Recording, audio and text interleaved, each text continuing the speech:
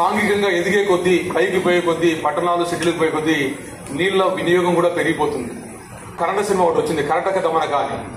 పల్లెల్లో నీళ్లు తాగడానికి లేకుండా పోతుంటే పట్టణాల్లో నీళ్లు పెట్టుకుని రెయిన్ డ్యాన్స్ చేస్తూ ఉన్నారు అనేది ఆ సినిమాలో ఒక అంశాన్ని చూపిస్తారు. అంటే మన దృక్పథం ఆ విధంగా కూడా ఒకసారి ఆలోచించుకోవాలి. ఏమవుతా ఉంది, మన పల్లెలకు ఎందుకు నీళ్లు రావడం లేదు, లేదా వెనకబడిన ప్రాంతాలకు ఎందుకు నీళ్లు రావడం లేదు, అభివృద్ధి చెందిన ప్రాంతాలని నీళ్లు తీసుకుని వాళ్ళు రెయిన్ డ్యాన్సులు చేస్తుంటే తాగడానికి నీళ్లు లేకుండా వలసలు పోతున్న విషయాలు మీరు పత్రికలు చూశారు. ఈ మధ్య కోసిక మండలంలో, కర్నూలు పశ్చిమ ప్రాంతంలో గ్రామాలు వదిలిపెట్టి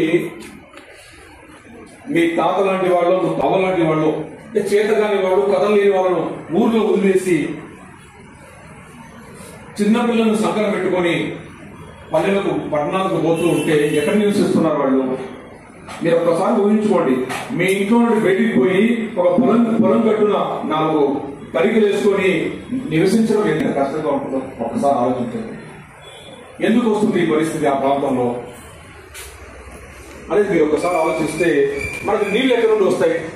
ఎవరో శ్రీశైలం అంటున్నారు. మరి ఈ శ్రీశైలంలో నీళ్లు ఎక్కడి నుండి వస్తాయి? కృష్ణానది ద్వారా వస్తాయి, తుంగభద్ర నది ద్వారా వస్తాయి, వేదవతి నది ద్వారా వస్తాయి. ఇవన్నీ కూడా కర్నూలు జిల్లాలో ప్రవహిస్తున్నాయి. ఇంతకుముందు చెప్పుకున్న వలసలు పోతున్న గ్రామాలు ఎక్కడి నుండి వలసలు పోతున్నాయంటే ఆ వేదవతి నది, తుంగభద్ర నది పక్కనున్న గ్రామాలు వలసలు పోతున్నాయి. మరి ఆ నదిలో 150 రోజులు వరదలు పారిన ప్రాంతంలో నుండి పంట పొలాలకు నీళ్లు దాకా వరదలు వలసపోతూ ఉంటే మీ అవ్వ తాత లాంటి వాళ్ళను ఊర్లో వదిలేసిపోతే వాళ్ళ శక్తి లేచి ఒక కుక్క ఇంట్లోకి వచ్చి వాళ్ళ బోకుల్లో అడుగున మిగిలిన అన్నాన్ని తినడానికి కూడా తరమలేని శక్తి ఉన్న అవ్వ తాతలను ఊర్లో వదిలిపెట్టిపోతూ ఉంటే ఇది ఏమన్నా అంటే న్యాయమేనా? ఇక్కడ ఎప్పుడన్నా ఆలోచించారా మీరు? ఇంత వయసులో ఉన్న పిల్లల్ని చదువుకుంటున్నాను వదిలేసిపోతే వాళ్ళకి రక్షణ కూడా లేని ఇళ్లలో వదిలేసిపోతూ ఉంటే వాళ్ళ పరిస్థితిని ఏమైనా ఆలోచించారా? మరి నదిలో నీళ్లు ఉండి వాడుకోవడానికి కావాల్సిన నిర్మాణాలు చేపట్టకుండా నీళ్ళన్నీ కిందికి పోతూ ఉంటే మనం ఆలోచించాల్సిన అవసరం ఉందా లేదా?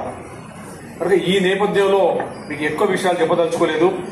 ఒక పుస్తకం నీటి అవగాహన రాయలసీమ ద్రాక్ష అనే ఒక పుస్తకం తయారు చేశాం.